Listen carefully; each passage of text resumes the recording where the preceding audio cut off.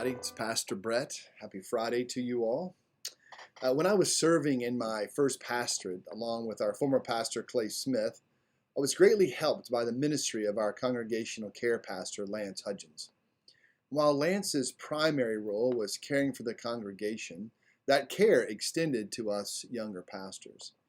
I learned a lot from Lance, but one thing in particular has stuck with me these many years. Anytime he would reference a future event or plan, he would add the phrase, Lord willing. I'll be at the session meeting, Lord willing.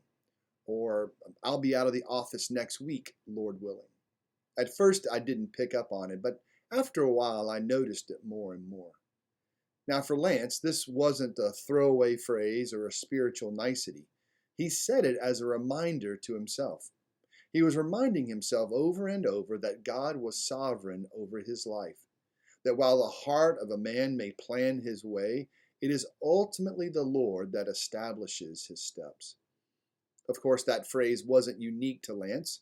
He got that from James 4:13 through 16. You may remember that James has been writing about the Christian's perspective of trials. Early on, he said that we are to rejoice in the midst of these trials because God uses them to produce a mature and steadfast faith.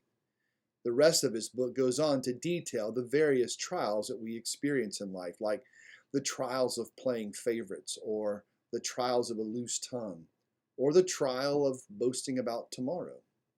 James writes this, again, James 4:13 through 16. Come now, you who say, today or tomorrow we will go into such and such a town and spend a year there and trade and make a profit. Yet you do not know what tomorrow will bring.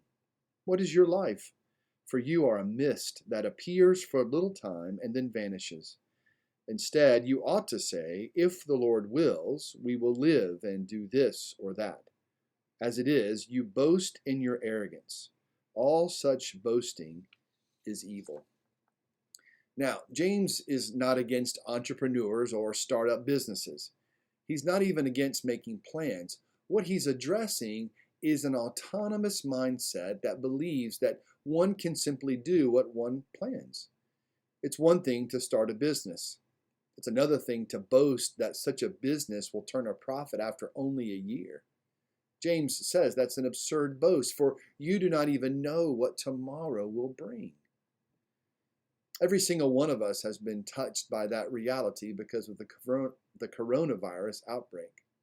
One way or another, we have been reminded that we don't even know what tomorrow will bring. For over a year now, Denise and I have been talking about and making plans for my sabbatical trip this summer.